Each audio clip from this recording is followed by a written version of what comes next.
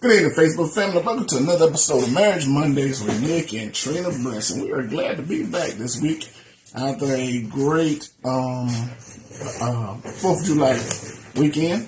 So we're here to bring you another episode of Marriage Mondays, and we're going to talk about selfishness in your marriage tonight. And we're going to talk about how do you exhibit selfish behaviors, and we're trying to correct them and get the information and camera straight as we're doing it. Yeah, we got some. All right, so we're going to be all right. Light challenges for the other one closer to you. All right, so we're here to discuss those things tonight, and, our studio here is, makeshift, and we do our best to bring you what we got. All right. Well, we definitely want to acknowledge our pastor and First Lady Bishop Finus Bush Jr. and Denise Bush. We encourage you to come out, join us in service on Saturdays. Oh my gosh. Sundays at 10 a.m. And then also on Wednesday nights at 7, we stream virtually both of those services as well. So you can always join us here on our page. Trying to get you in the camera. Face cut off. So we encourage you to always to participate. Go back and listen to the lessons, the sermons that are posted online. We encourage you to always do that. There's always good information that you can use. And the Marriage Monday lessons are stored here as well. So if you want to binge watch some marriage lessons, that's available for you to do that as well. So tonight we're talking about selfishness. Selfishness. I think we all, if we really self-assess, we can probably find some ways that we all have some behaviors that are selfish. But sometimes some of the behaviors we do, we don't necessarily see them as selfish. And so what we want to do tonight is to maybe shine a light on some of those behaviors and cause you to check yourself. This is not for you to think about your spouse and try to point out to your spouse what they're doing wrong, but for you to examine yourself and see if you're exhibiting some behaviors that come off to your spouse as selfish, that maybe we take advantage of our spouse in certain ways. So thank you, Deacon Charles Brown, first one on today. Well, I guess we've got a couple people on, 2 or 3 people on. So as more people start to come in, we encourage y'all to go ahead and share this message so that we can spread the word far and wide and help people with their relationship, because marriage is a little challenging some days of the week. So it's important to be able to have some tools, some resources outside of yourself.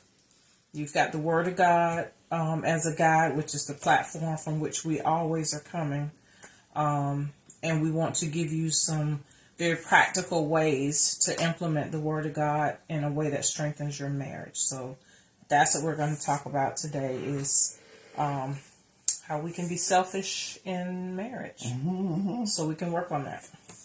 All right. So going into the discussion of selfishness, we have several things that we're going to talk about tonight that will provide some insight for you and your spouse, and some things you can examine that will help you to understand how selfishness may be into your marriage, how it may be involved in your marriage, and you may not even know it or be aware of it. So one thing that we're going to talk about is not giving information to your spouse that they need in order to be one, because information withheld is secrecy. And we've done a lesson on secrecy. Secrecy is not one of the things you want to put in your marriage. So you want to always be in a position to talk to your wife about, or your husband, about information that is coming in the household that the other person needs to know about. Yeah, withholding information, even if it's about something personal to yourself, or if it's about just things that are going on in the relationship, you got to deal with your spouse from the perspective that you're both on the same team. There's a sense of unity that has to stay at the forefront of how you decide what to share with your spouse. And we encourage you to avoid intentionally and withholding information back from your spouse when you know that information is important for your spouse to know, because that gets into secrecy, which is dishonest, which leads to distrust, which can also tip on over into just straight out lying and deception. And there's nothing good that will come from those behaviors and those types of intentions. Right. So the purpose of making sure that you replace that behavior of withholding, replace that with being more open towards your spouse, and being sure that you share information with your spouse in the spirit of unity. It really boils down to unity. I need you to know what I know. We don't have all these secrets between us, and we're operating and making decisions with the same kind of information, same level of information. So that's the first thing we want to point out to you. All right. So, as we're talking about dispensing information, that creates time to talk. If you're talking to your spouse, it gives you time, and that's another thing we want to talk about is respect your spouse's time. And respecting your spouse's time can come with being available to that spouse when you need to be. Sharing quality time with that spouse, if that's what both of you need. And some people need more quality time than others. But quality time is important in a marriage relationship. Well, the selfish part to me comes in is when you have time for other things that may be necessary outside of the home, but then you don't reserve time for the things within the home, and your spouse does. That's when it gets to the point of respecting your spouse's time. Or if you tell me you're coming home at a certain time, and then you know you're going to be home 2, 3, 4 hours after that time, it's disrespectful to not give your spouse that courtesy. That's a selfish behavior. Sure, you know what's going on. You know why you got delayed, but for you not to reach out and keep your spouse informed, because you have already told your spouse you'd be home at 7, and then here it is 10 o'clock. So that 3 hours of time that was supposed to be dedicated to the family, you just robbed your family of that time. That was a selfish behavior. Even if your motives were pure, even if it was because you had to stay late at work, or you had to fix something at work, or there was something that you felt was a good reason for you to not stick to that time. The fact that you don't communicate that to your spouse, and we don't get time back. Once that time is spent, it's gone.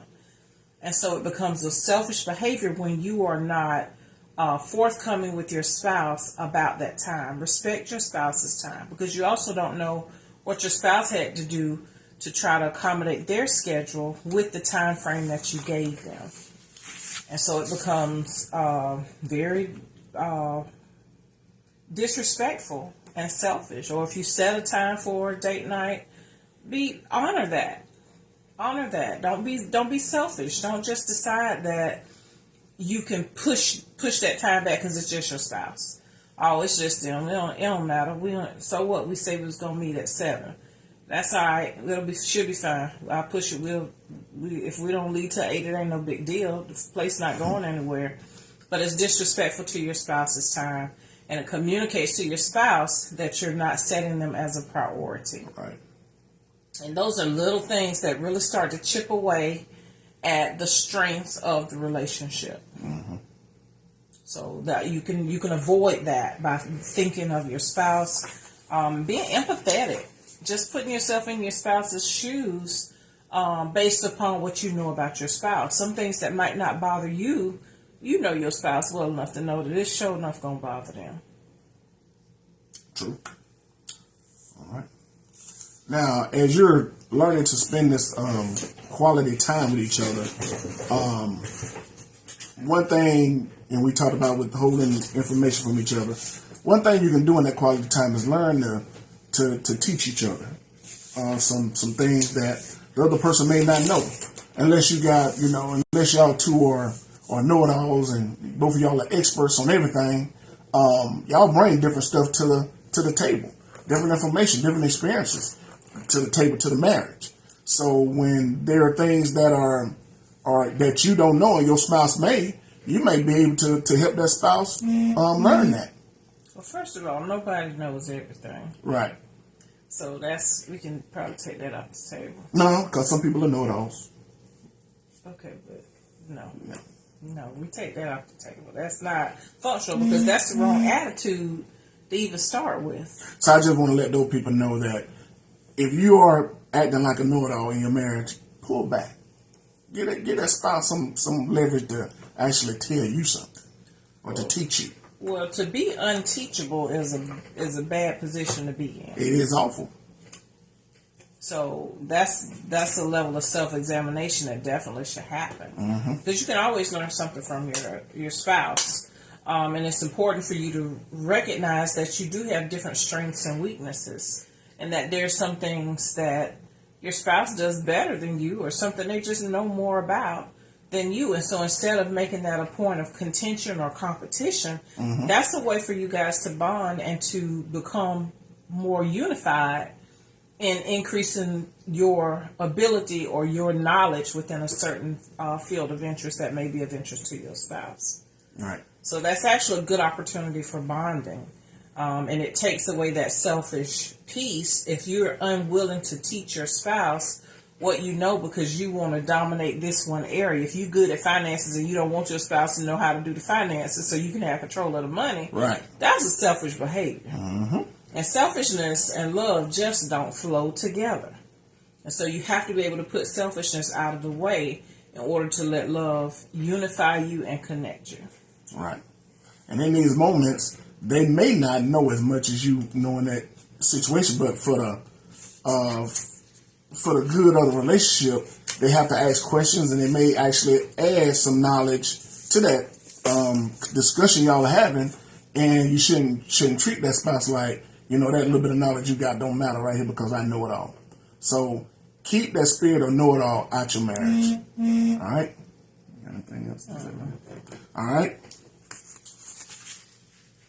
Listen intently and access any needs, because one of the behaviors that's the behavior that you want to take on to replace not being a good listener. And see, it's a good spinoff from talking about teaching, being able to teach one another things. You have to be able to listen. Learn to be a good listener. And we've talked a good bit about strategies for being a good listener, as well as ways to communicate with one another, because it really is a skill. Some people are good listeners as long as you're not challenging them, or as long as they agree with what you're saying. But it takes a skill to be able to listen without automatically taking offense to what's being said, even if you disagree. And so listening is one of those skills that you really need to learn within your marriage, so that you are not thinking for the other person or reading between the lines to what's not even there. Because sometimes a spouse can think they heard you say something, but they really heard their own thoughts because they weren't listening to you. They really were listening to themselves, to their inner voice, instead of them truly listening with the intent to learn or with the intent to understand. That's something totally different than just listening and waiting on your turn to talk. Yeah. If there's a discussion, some heated discussions, you're not listening to understand what the person is saying. You're listening to respond based on what you want to say. And we've learned that in the course of this in our relationship.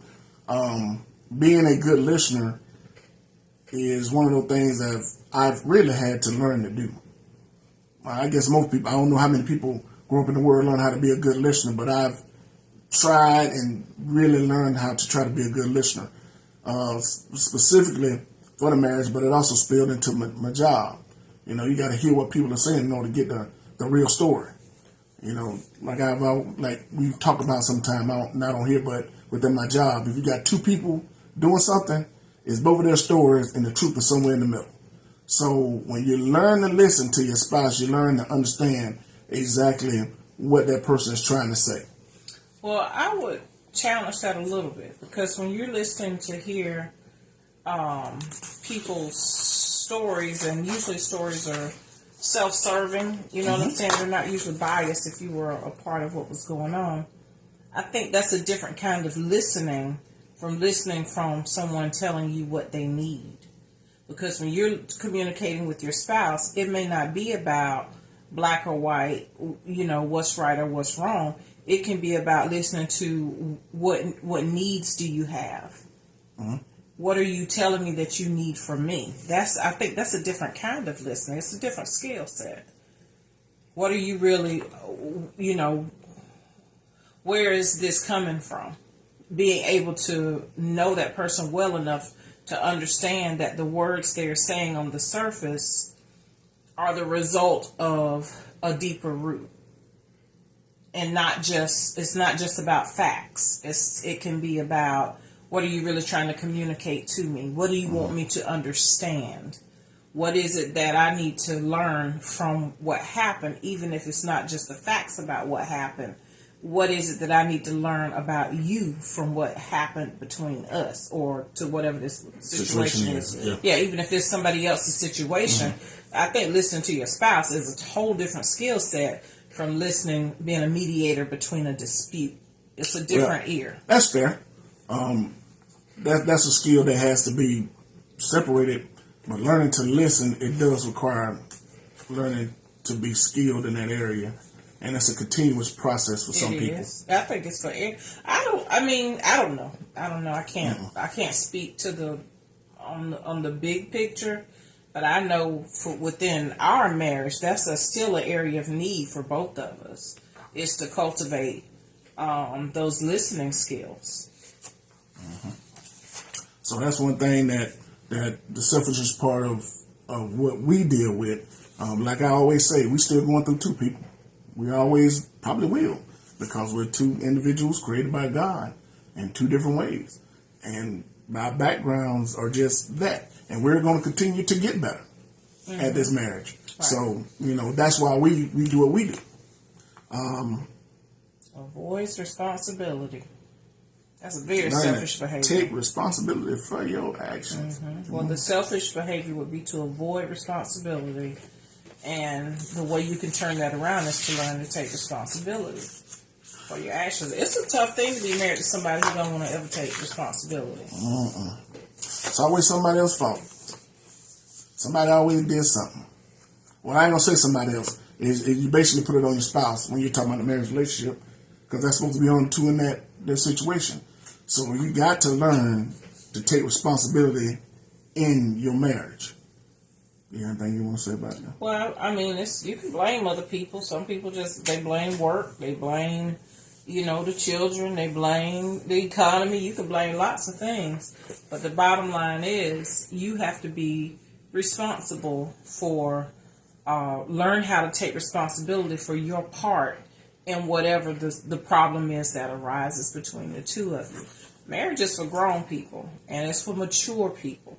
And if you're not mature enough, that when a problem comes up, that you're not able to accept whatever responsibility you can accept and to help bring a solution, then you may not be mature enough for the relationship that you're in.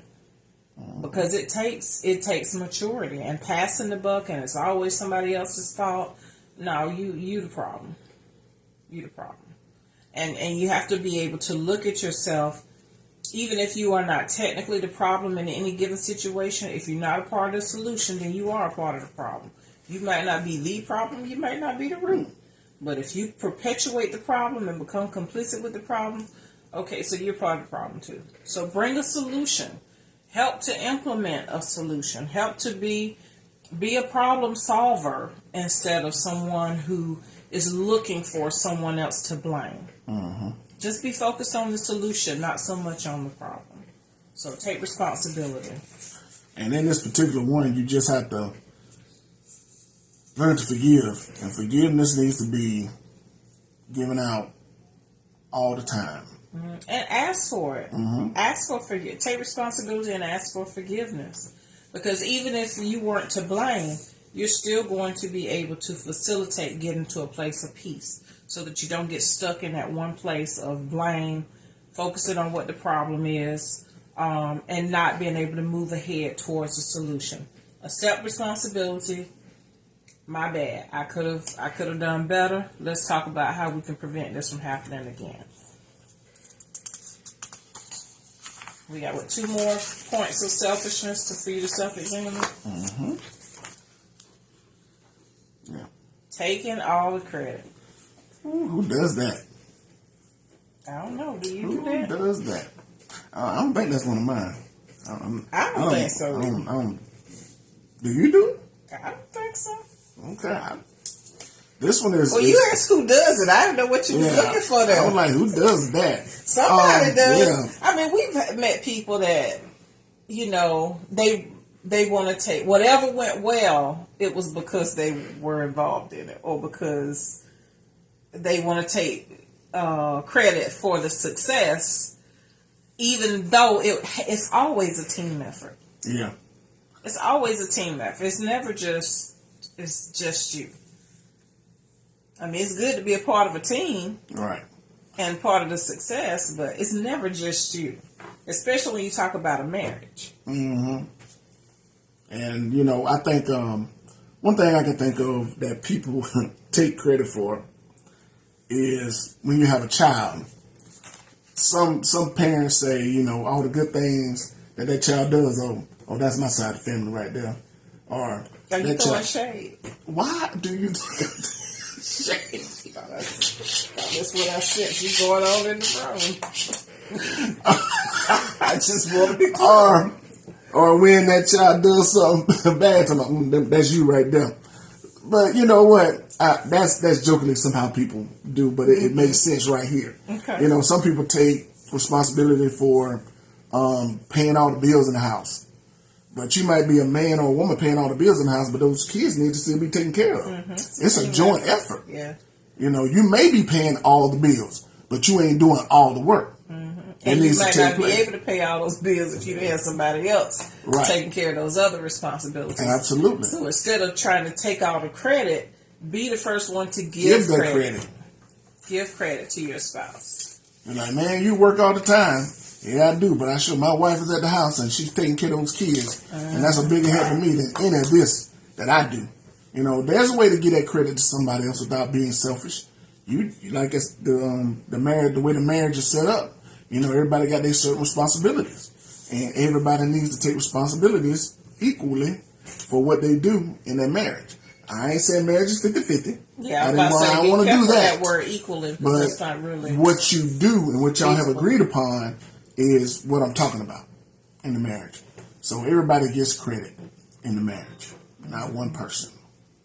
And the last selfish behavior we want you to examine yourself against is bringing other people down in order to build yourself up. Bringing other people down in order to build yourself up. That's a very selfish behavior. Right. I'll let you finish that. All right. So when you're talking about replacing behaviors, building other people up, you have to be the bigger person in any situation to build up the person that's in your spouse in the relationship, because you need to be your spouse's biggest cheerleader.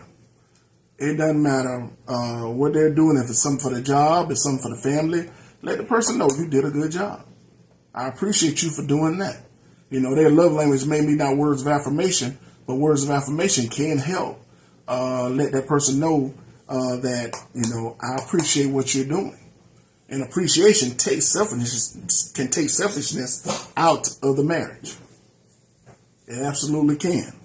And when you're doing this, you don't want to discourage your spouse. You want to keep them up. You want to downplay their interests. You want to continue to move them forward in the process of the marriage relationship. So that's why it's a good idea to build your person up. And you can hear our pup having his way today. So with that being said, that is our lesson for tonight. And we just want to continue to push the couples into taking these points of conversation tonight, talk about them, and see if some of these points are actually in your marriage, and learn how to rule them out. You know, you got to learn how to get them. In order to keep a plant from growing, you got to get it down to the root, and you got to root it out, whatever it is. You got anything you want to say? Just got to examine yourself. All right. That was a good lesson tonight. Okay. Yep. So with that being said, from the lady and the coach, we love y'all. Good night.